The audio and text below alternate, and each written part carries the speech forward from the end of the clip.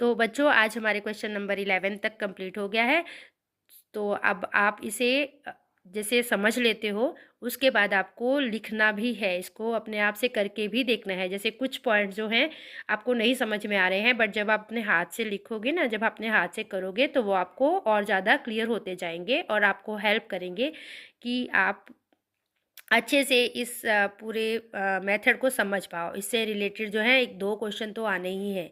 So do more and more practice. ठीक है, इसमें परफेक्ट बनने के लिए आपको यही करना है कि आपको ज़्यादा से ज़्यादा प्रैक्टिस करनी है। And please like share and subscribe. Thank you, have a nice day. Hello students, कैसे हैं आप सब? Hope all of you are very well और अच्छे से प्रैक्टिस कर रहे होंगे। So let me start question number 9. Question number 9 is, if the sum of first 7 terms of an AP is 49 and that of 17 terms is 289, find the sum of first n terms. तो आपको क्या given है बेटा इस question में? इसमें सम of first 7 terms, यानी आपको S7 गिवन है। S7 है आपका 49 और आपको S17 गिवन है, जो कि गिवन है 289। ठीक है, और आपको SN जो है वो आपको फाइंड करना है। ठीक है बच्चे, तो अब हम फॉर्मूला लगाते हैं। S7 का क्या फॉर्मूला होता है? Using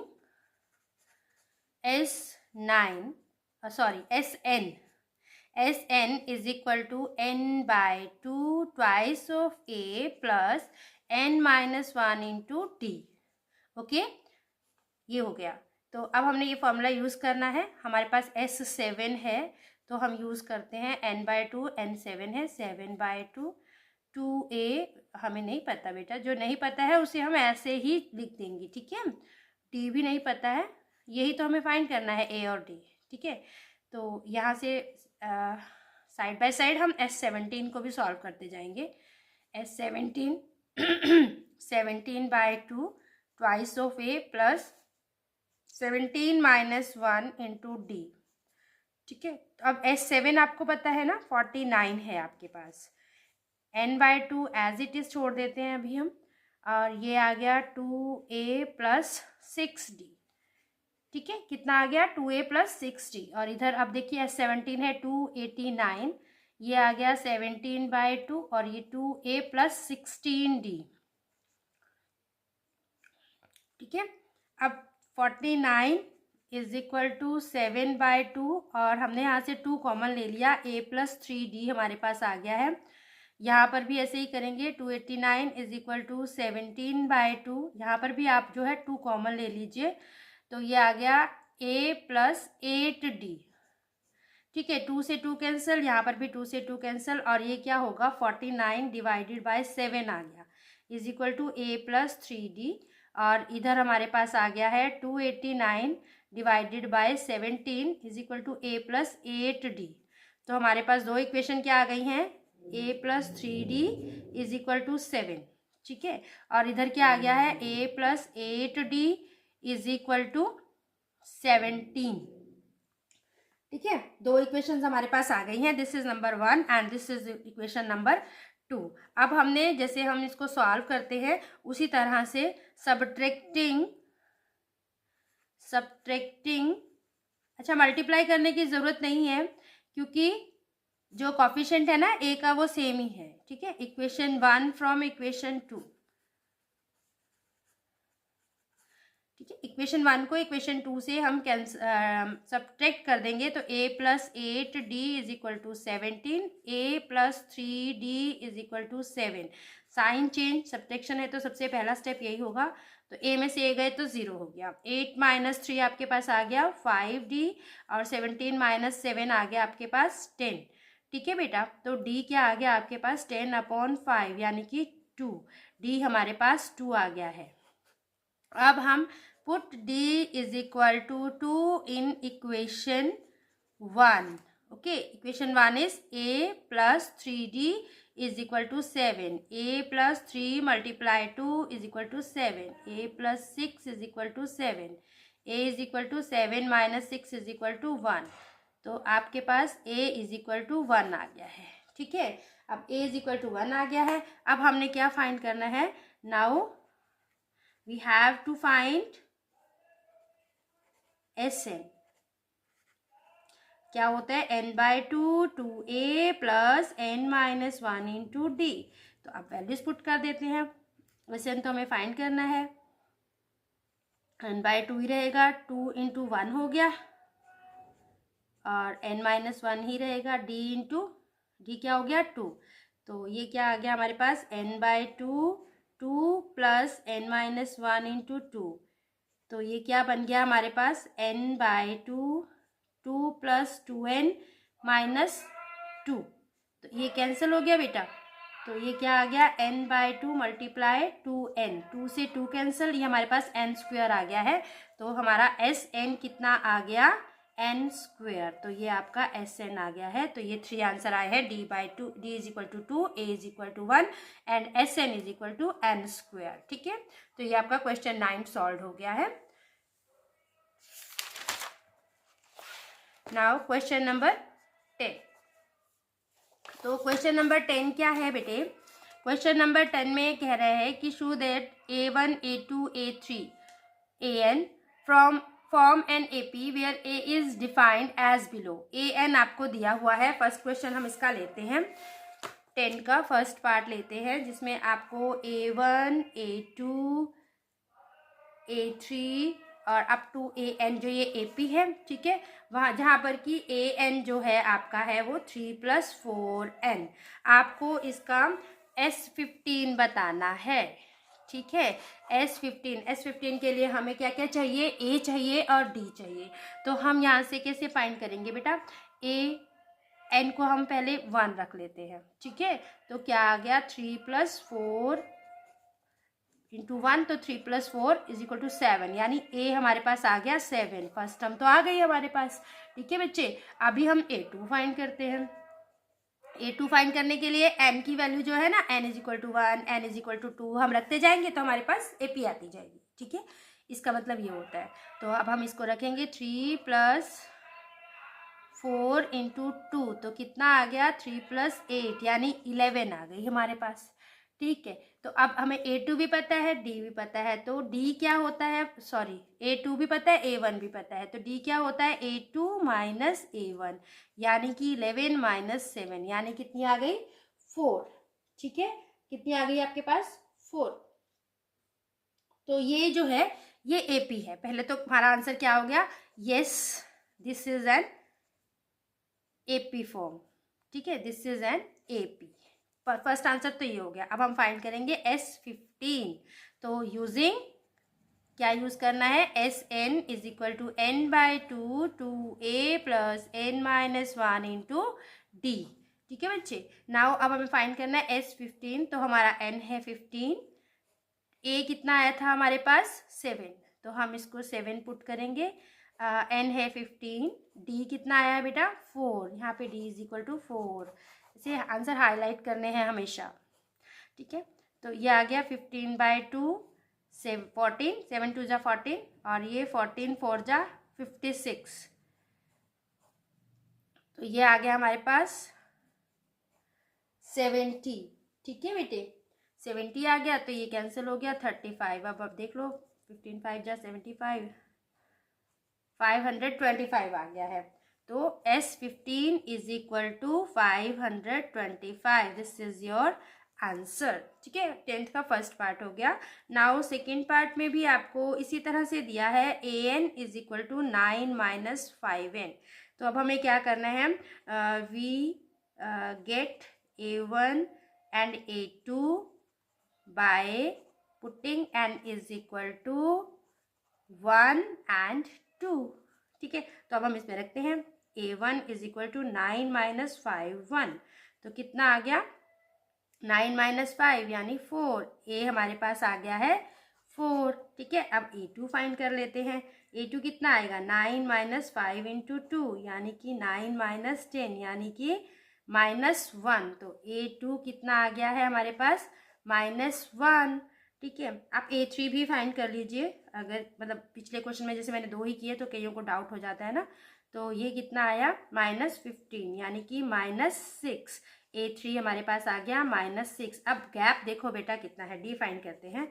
D is equal to A2 minus A1 या A3 माइनस A2, आप कुछ भी ले लो, सेम आना चाहिए सबका बस। तो अब क्या आएगा -4 -1 -4, क्योंकि A2 है -1 और फिर A होना है तो 4 है वो, तो हमारे पास -5 आ गया। इसमें भी आप देखोगे ना, आप -6 माइनस माइनस +5 हो जाएगा तो -1 ही आएगा। तो yes, this is an AP। तो ये क्या है, एक AP की फॉर्म में है ये सीरीज।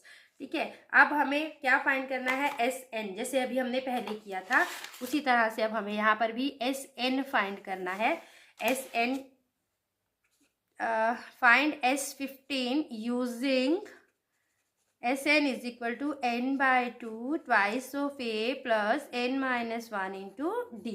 ठीक है बेटा, तो अब हमने n को रिप्लेस करना है 15 से, क्योंकि दोनों ही केसेस में उसने हमें क्या कहा है कि आपको S15 फाइंड करना है। अब हमारा A कितना है, रिप्लेस कर देंगे, 4 है, n माइनस 1 यानी 15 माइनस 1, और D कितना है हमारे पास, D हमारे पास आया है, इसको हाईलाइट कर देंगे, मैं हाईलाइट करना ज़रूरी है, ठीक है, वहाँ पे भी D इज इक्वल टू -5 है, तो ये -5 मैंने लिख दिया यहाँ पे।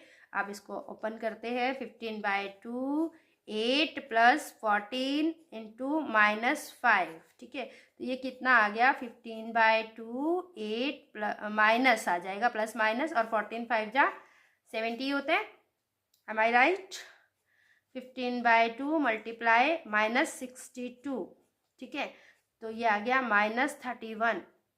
मल्टीप्लाई कर लेते हैं, माइनस में आंसर आ रहा है, 15 1 जा 15, 46, तो -465 इज द आंसर। ठीक है, ये आपका आंसर आ गया है, S15 is equal to -465, this is your answer. तो ये आपका क्वेश्चन 10 भी यहाँ पे कंप्लीट हो गया है। Now we will do question number 11। Let me read first. If the sum of first n terms of an AP is 4n minus n square। ठीक है, क्या कहा उसने, Sn is equal to 4n minus n square। What is the first term, आपको उसको S1 भी कह सकते हो या A भी कह सकते हो। इसने S1 पूछा इसलिए मैंने S1 भी लिख दिया, वो बतानी है आपको। What is the sum of first two terms, आपको S2 भी बताना है। ठीक है, और what is the second term, आपको A2 भी बताना है।